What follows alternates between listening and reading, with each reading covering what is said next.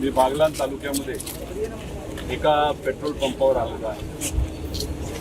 खरं तर सहज पुढे चाललो होतो, दुर्दैवाने एका शेतकऱ्याने कांद्याचे भाव कमी असल्यामुळे त्यांच्या घरी जाऊन त्यांचं सांत्वन करण्यासाठी आम्ही जात असताना मध्येच एवढी मोठी रांग बघितली। शेतकरी इथं उभे आहेत, डॉक्टरांना भेटलो, काही कृषी कंपनीमध्ये मार्केटिंगचं काम करणाऱ्या लोकांना भेटलो, काही शिक्षकांना भेटलो, काही सर्वसामान्य लोकांना भेटलो, पेट्रोल पंप मालकांना सुद्धा भेटलो। मी असेल, सुनील भाऊ भुसारा असतील, दत्ताभाऊ जिल्हाध्यक्ष असतील, चव्हाण भाऊ इथले असे सर्वच आमचे पदाधिकारी होते। सर्वांची चर्चा केली। सगळ्यांचं एक मत आलं की एका नेत्याने भाजपच्या म्हणजे महाजन साहेबांनी जे शेतकऱ्यांबद्दल एक वक्तव्य केलं, काय केलं की शेतकरी जास्तीत जास्त डिझेल आपल्या डब्यात घेऊन तिथं काळा बाजार करतात, म्हणजे शेतकरी हे पेट्रोल आणि डिझेल बाहेर जाऊन विकतात, असं महाजन साहेबांनी दुर्दैवाने त्या ठिकाणी स्टेटमेंट केलं। अहो, हे अतिशय दुर्दैवी आहे। तुम्ही शेतकऱ्याला जर काळा बाजार करणारे लोक म्हणत असाल तर तुम्हाला लाज वाटली पाहिजे। आमचं एकच मत आहे, या महाराष्ट्रामध्ये, या देशामध्ये जर कोण काळा बाजार करत असेल तर हे सर्व मंत्री करतात, नेते त्याच्यामध्ये करतात। आता याच्यामध्ये 2-2.5 लिटर डिझेल बसेल, कुठेतरी जास्तीत जास्त 30-35 लिटर डिझेल प्रत्येकाला दिलं जातं। ट्रॅक्टर जर 4 तास चालला त्यातच ते डिझेल संपतं। आता शेतामध्ये काम करायचं का इथं लाईनीत उभं राहायचं? ठीक आहे, मेलोडी चॉकलेट तुम्ही मोफत कोणालाही देऊ शकता, पेट्रोल काय मोफत मिळत असतं का?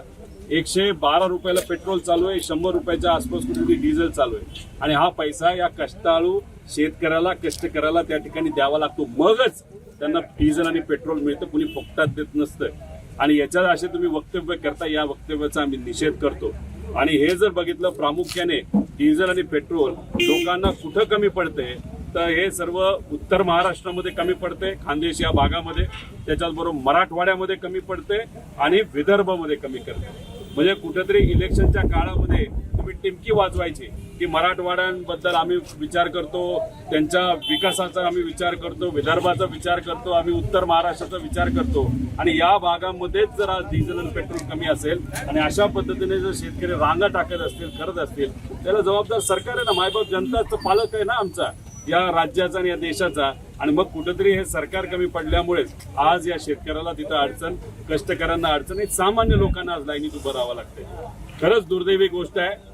आमचं मत आहे, ही परिस्थिती आजची असेल ना तर त्याच्यापेक्षा तुम्ही एक काम करा, जे MLC इलेक्शन लागले ना त्यात तसे घोडा बाजार होणार आहे। नगरसेवकाला तुम्ही 10-20 लाख रुपये देणार आहात, जिल्हा परिषद सदस्याला 10-20 लाख तुम्ही देणार आहात।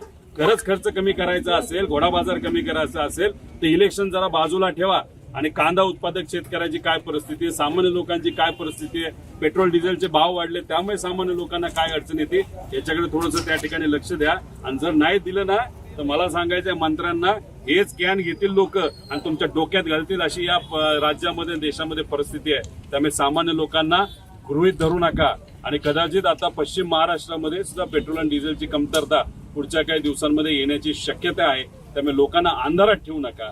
काळा बाजार लोक करतायत, सामान्य लोक काळा बाजार करतायत असं कृपा करून तुम्ही बोलू नका, नाहीतर तुम्हाला हे महागात पडेल, एवढंच या ठिकाणी सांगतो। आज शेतकरी अडचणीत असल्यामुळे अश्रू त्याचं पाण्याचे, पण आता बऱ्याच ठिकाणी शेतकरी करत असल्यामुळे आता ते अश्रू रक्ताचं झालेलं आहे आणि त्याला पूर्णपणे हे सरकार त्या ठिकाणी जबाबदार असेल, हे याद राखा, एवढंच या ठिकाणी सांगतो।